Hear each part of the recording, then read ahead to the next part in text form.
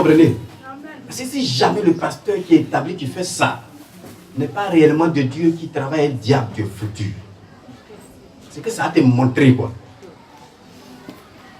C'est grave, hein? Donc, voyez, tout ça, c'est à respecter. Si tu vas te marier, tu respectes tout ça. Tu respectes ça à la lettre. Et tu as fait déphasage. Tu vas voir que il y a infidélité dans le foyer, manque de respect, insoumission, rébellion, tout. Et c'est pas respecté. Vous avez compris? On ne se marie pas comme ça. On se marie bien. Il est quelle heure? 11h combien? Ça durait.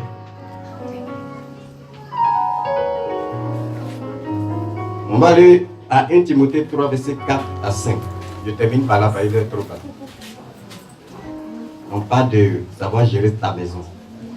Quand tu t'es marié, là, il faut savoir gérer ta maison.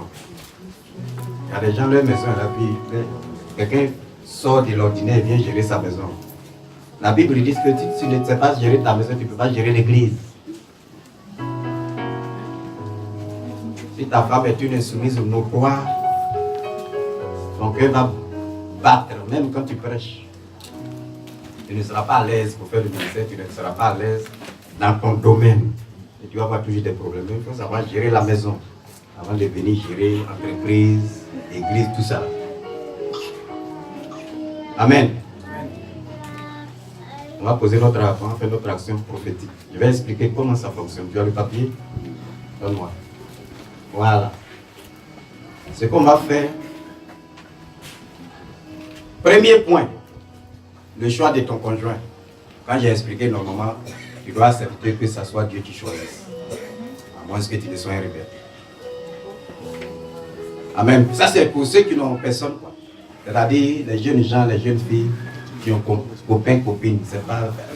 C'est-à-dire à partir d'aujourd'hui, quand on va prier pour toi, tu dois laisser copain là, tu dois laisser la copine.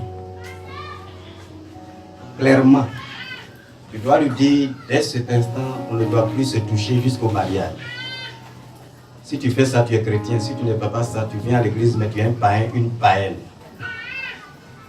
Deuxième point, c'est 1 Timothée 3, verset 4. Si ton foyer, il y a mouvement dedans, c'est-à-dire, s'il n'y a pas la paix dans le foyer, l'action prophétique qu'on va poser va amener la paix dans ton foyer. Amen. Si tu es marié, mais si tu n'es pas marié, ce n'est pas foyer. Amen. Maintenant, troisième point. Hébreux 13, verset 4. C'est-à-dire, tu n'es pas sûr que ta femme est fidèle malgré la chrétienté. Tu n'es pas sûr que ton homme est fidèle malgré la chrétienté. Hébreux 13, verset 4 dit, le dit conjugal ne soit quoi?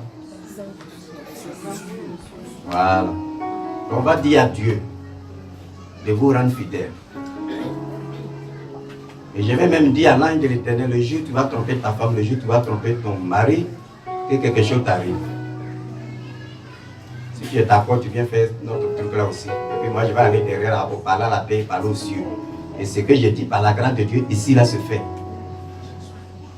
J'ai mis en bas Amos 3.3. Après, tu mets en bas Amos 3.3. 2 hommes s'entendent avant de marcher. Tu mets ça. Amos 3.3. 2 hommes s'entendent avant de marcher. Donc, quand tu as d'accord et puis tu es venu, et puis j'ai fait ça là.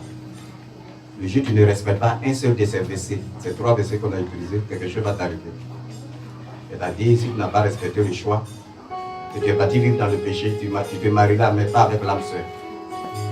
Tu vas te marier avec quelqu'un qui va te fatiguer dans le foyer à vie. Deuxième point, tu dois pouvoir tenir ta maison bien. C'est-à-dire, tu dois être soumise à ton mari. Le jour où tu lui manques de respect, il vient te corriger correctement. Si tu es d'accord, tu viens. Si tu n'es pas d'accord, tu restes. Non, mais c'est biblique. Oui, il va te frapper. Là, c'est paru, mais comprimé ne peut pas, petit ne peut pas.